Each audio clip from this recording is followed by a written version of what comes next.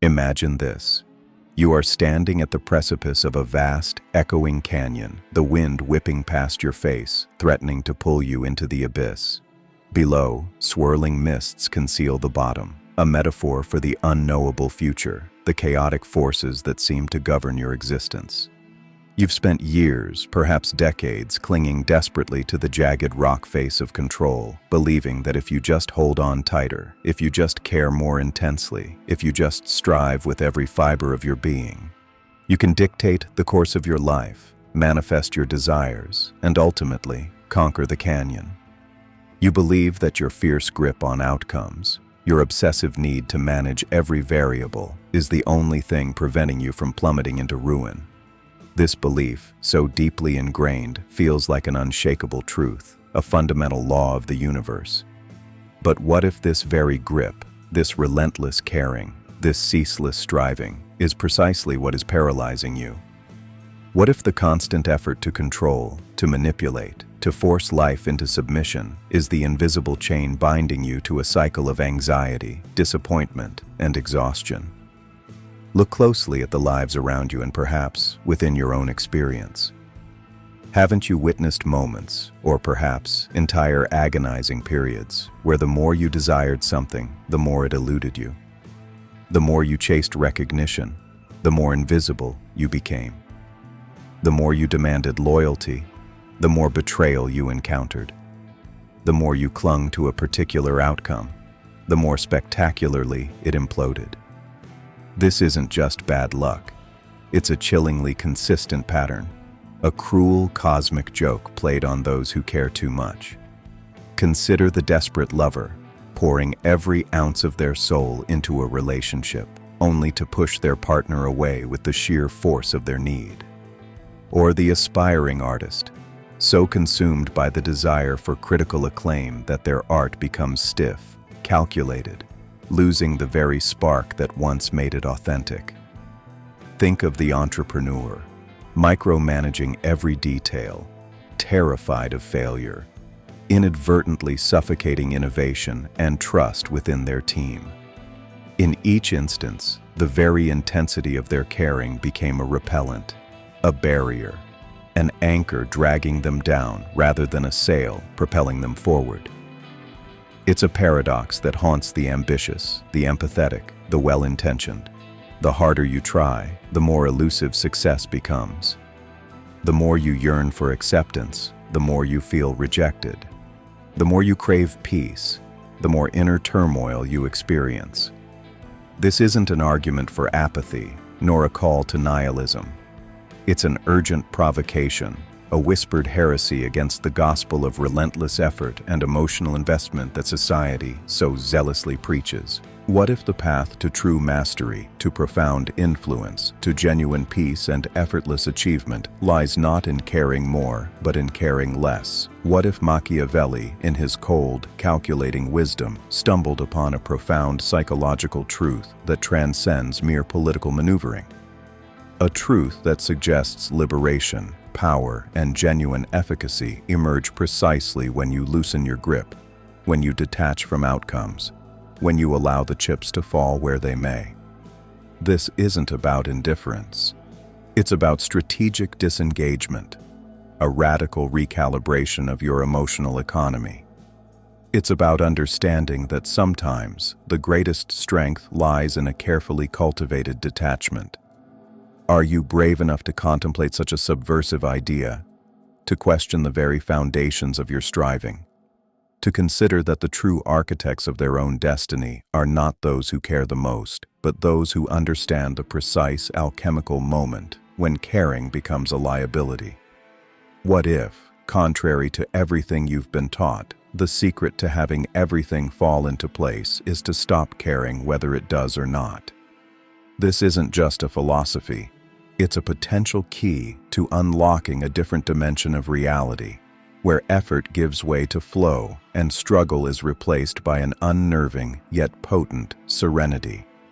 What hidden psychological currents underpin this radical notion, and why has it remained so powerfully concealed in plain sight? The question you are left with, standing at that canyon's edge, is not a matter of strategy, but of deep psychological architecture. The answer to why this paradox exists, why your intense caring so often backfires, is not found in the swirling mists below, but in the treacherous landscape within you. The hidden problem is a fundamental war you are waging against reality, and the engine of this war is the tyrannical nature of your own ego. Your ego, that fragile sense of self constructed from memories, beliefs, and societal labels, lives in a state of perpetual insecurity. It craves certainty in a universe defined by chaos. It demands permanence in a world of constant flux. It is a terrified monarch ruling a kingdom it can never truly control.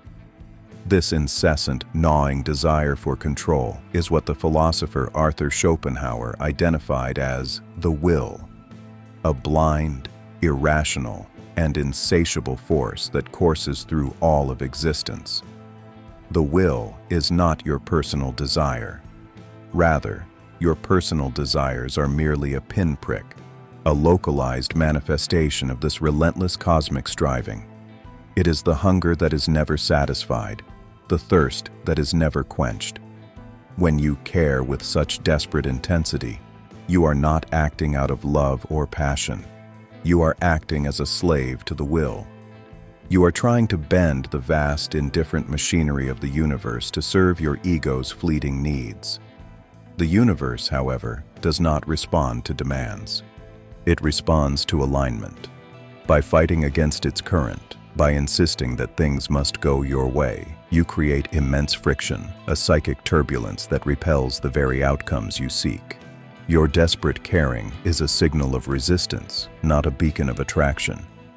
This internal tyrant, your ego, is nourished by a deep, unacknowledged fear. This is where Carl Jung's wisdom illuminates the shadows. The part of you that needs to control everything, that obsesses over outcomes, is a direct projection of your unacknowledged shadow, the repository of your deepest insecurities, your repressed fears of inadequacy, and your terror of insignificance. Your frantic need to manage the external world is a desperate attempt to avoid confronting the chaos within. You believe that if you can just arrange all the pieces on the board perfectly, you won't have to face the unsettling truth that you are not and will never be in ultimate control. This excessive caring is a defense mechanism, a beautifully constructed wall designed to keep you from looking into the dark mirror of your own vulnerability. The more you fear your own powerlessness, the more compulsively you will attempt to exert power over others and over your circumstances, creating a self-perpetuating cycle of anxiety and failure. Society is a willing accomplice in this deception. From a young age, you are conditioned to attach your worth to external validation. Your identity becomes a collage of achievements, possessions, and the opinions of others. This is the world Aldous Huxley warned of, not one of overt oppression, but one of subtle, psychological enslavement where you are taught to constantly want, to constantly strive, to never be satisfied with what is. You are conditioned to believe that your life's meaning is something to be found or earned out there, rather than something to be created within. This external focus starves your inner life and makes the ego's need for validation all the more ravenous. It is a system designed to keep you perpetually running on a hamster wheel, caring desperately about the next rung on the ladder, the next acquisition, the next social approval, without ever questioning the nature of the wheel itself. Friedrich Nietzsche saw a way out of this prison, not through apathy, but through a radical redefinition of power. He proposed the concept of amor fati, the love of one's fate. This is not passive resignation. It is an active, joyful affirmation of everything that happens, both the beautiful and the terrible. The master of their own reality does not care about bending the future to their will.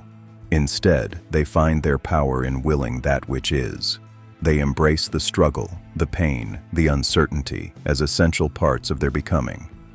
This is the philosophical core of strategic detachment. To stop caring about a specific outcome is to reclaim your power from the chaotic whims of fortune. You shift your focus from controlling the uncontrollable to mastering the one thing you can, your own response. But what happens when you continue to live under the ego's tyrannical rule? What are the true, unseen consequences of this internal war, not just on your goals, but on the very fabric of your perception and the soul of your existence? Living under the ego's tyrannical rule is not a passive state. It is a slow, creeping corrosion of your reality. The consequences are not grand, explosive events, but a subtle poison that seeps into the very lens through which you perceive the world, altering everything you see, feel, and believe. This internal war systematically dismantles your life from the inside out, starting with the most fundamental faculty you possess, your perception. When you care too much, your mind ceases to be a clear window onto reality and becomes a warped mirror, reflecting only the anxieties and desires of your insecure ego. This distortion is scientifically observable through the lens of cognitive biases.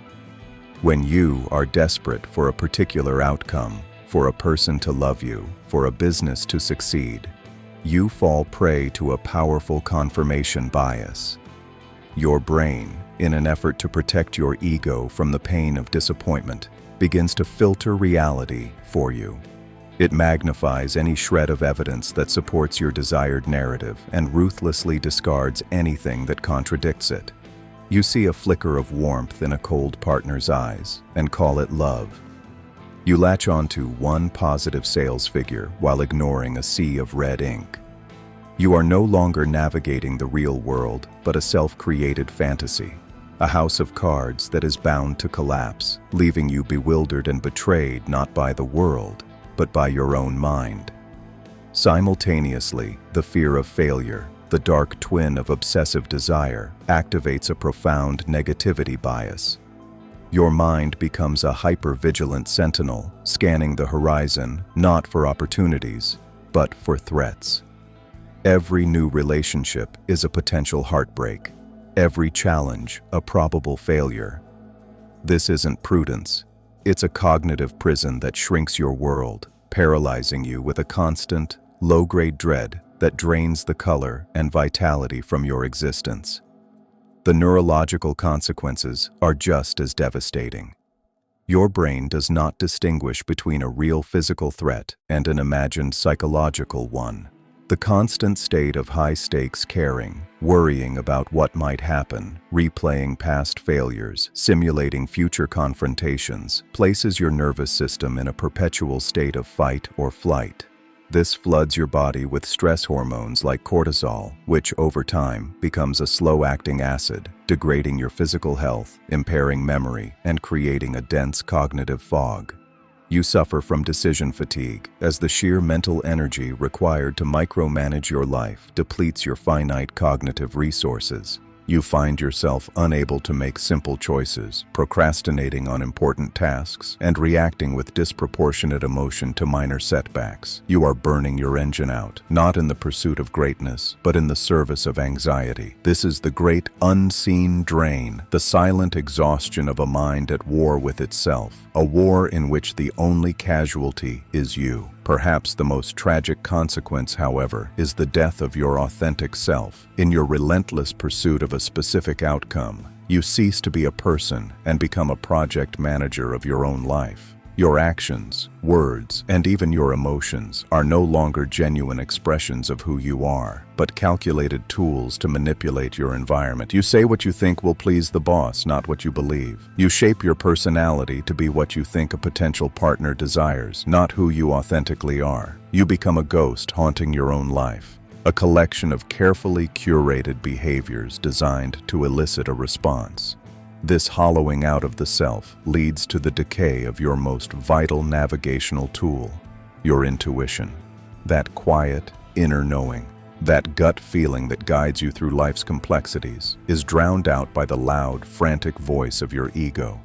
You lose trust in yourself, becoming utterly dependent on external data and the validation of others. This inauthenticity radiates from you. People are intuitively repelled by neediness. They sense the underlying agenda in your kindness, the desperation behind your ambition. And so, the ultimate paradox is fulfilled. In your obsessive quest to be loved, accepted, and successful, you become a hollow caricature that pushes away the very things you so desperately crave. You are trapped in a feedback loop of your own creation, where the more you care, the less real you become. And the less real you become, the more you have to care.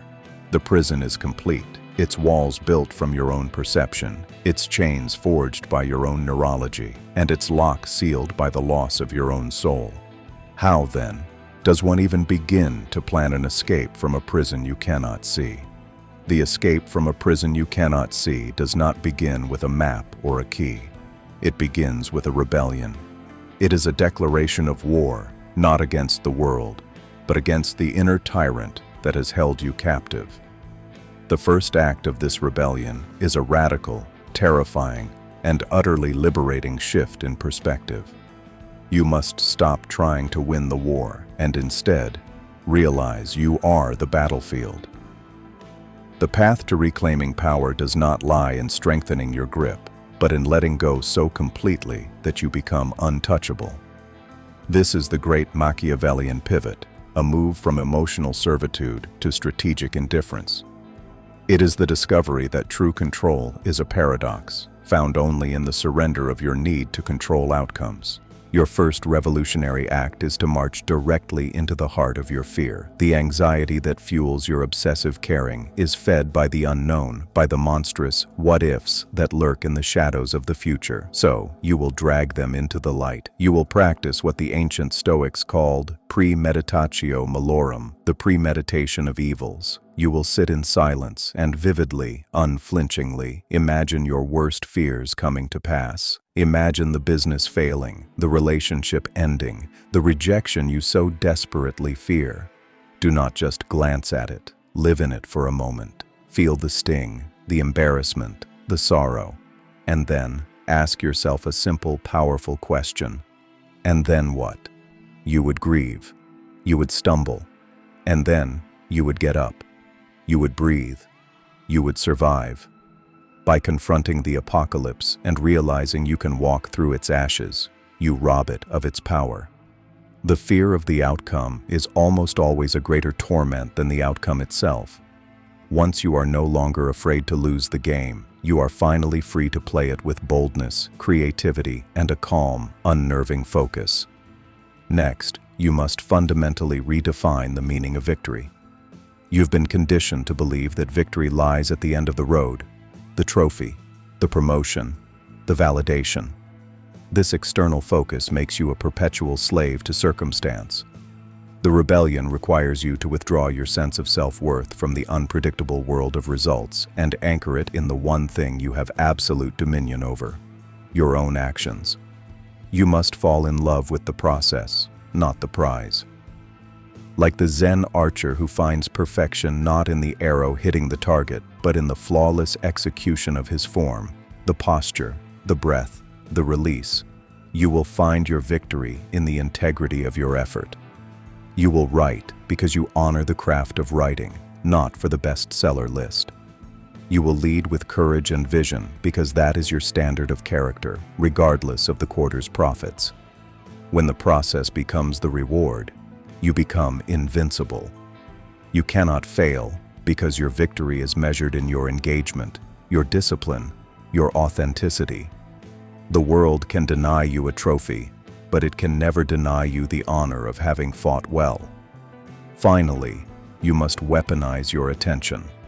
Your focus is the most potent and finite resource you possess, and for years you have allowed the tyrannical ego to squander it on anxieties about the future and ruminations on the past. This is a profound energy leak that leaves you depleted and ineffective in the only moment that actually exists: the present. Reclaiming your life means reclaiming your attention with ruthless discipline. You will learn to recognize the pull of anxious thoughts as the siren call of your old prison and consciously redirect your focus to the task at hand, the conversation you are in, the sensation of your own breath. This is not passive meditation. It is an active, moment-to-moment assertion of your sovereignty. Each time you pull your mind back to the present, you are strengthening your ability to act with purpose rather than react from fear. You are starving the parasite of anxiety and nourishing the core of your power. This is the foundation of flow, where action becomes effortless and excellence becomes a natural byproduct of a mind that is fully here, now. This rebellion, embracing the void, honoring the process, and mastering your attention, is how you begin to dismantle the prison. You are no longer a slave to hope or fear. You are becoming a strategist, an artist, a warrior. But what ultimate truth does this newfound freedom unlock? What reality awaits on the other side of caring? The rebellion quiets the battlefield of your mind, and in the stillness that follows, you begin to perceive a reality you were once too deafened by your own striving to notice. On the other side of caring, you do not find a cold, empty void of apathy. You find something far more profound. You find the silent, rhythmic hum of the universe, a current that was always there, which you had mistaken for an enemy force. And here, in this quiet expanse, the final, most powerful realization dawns. And it is a truth so simple and so shattering that it reorients your entire existence. The universe was never fighting you. You were only ever fighting yourself. The friction, the resistance, the relentless struggle you felt your entire life was not the world pushing back against you. It was the grating of your ego's rigid desires against the effortless, fluid nature of reality. You were trying to nail your shadow to the ground, cursing the sun for moving. You were screaming at the tide to obey you, blaming the moon for its defiance. Every disappointment, every ounce of exhaustion, every bitter failure was a self-inflicted wound, born from the arrogant and terrified belief that your personal will should and could dominate the cosmos. The act of stopping caring was never about defeating an external foe. It was about signing a peace treaty with yourself, ending a civil war that had consumed your life's energy. This realization illuminates the ultimate principle of power, a secret known to Taoist sages and, in his own pragmatic way, to Machiavelli himself. The principle is this: alignment, not control, is the source of all mastery. Life is not a static object to be manipulated, but a vast, flowing river. For years, you tried to dam it, to divert it, to force it uphill, an exhausting and futile battle. By letting go of your attachment to outcomes, you have finally stopped fighting the current. Now, you can learn to swim with it. This is the essence of Wu Wei, of effortless action. It is the wisdom of the sailor who does not command the wind, but adjusts their sails to harness its power. It is the grace of the dancer who does not fight their partner, but moves in harmony with them. When you act from this place of alignment, free from the distorting lens of desire and fear, your actions become potent, precise, and profoundly effective. You notice opportunities you were once blind to. You find solutions that were invisible to your anxious mind. People are drawn not to a needy, grasping energy, but to the calm, centered presence of someone who is no longer at war with reality. Things do not magically fall into place. They fall into place because you have finally stopped knocking them over. This is the hidden genius behind Machiavelli's cold philosophy. The truly effective prince is not the one who cares the most about his idealistic vision, but the one who sees the world with the clearest eyes, unclouded by sentimentality or ego. He understands the terrain of human nature and the unpredictable currents of fortuna or fortune. His power comes from a deep, unsentimental alignment with reality as it is. This strategic detachment, this not caring about how things should be, is what gives him the freedom to act effectively with how things are. He is not a slave to hope, and therefore, he cannot be crippled by despair.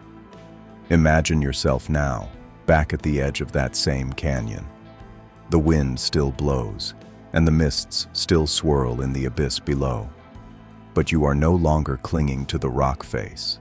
knuckles white, muscles screaming. You are standing at the edge, balanced and calm. You have released your desperate grip on the illusion of control, and in doing so, you have discovered a different kind of power. It is the power that comes from deep trust. Not trust that the world will give you what you want, but trust in your own ability to adapt, to respond, and to move with the forces that are so much larger than your fleeting ego. You finally understand that the goal was never to conquer the canyon. It was to learn how to navigate it. And the only way to do that was to stop caring about whether you fell, and instead to become curious about whether you might, just might, be able to fly.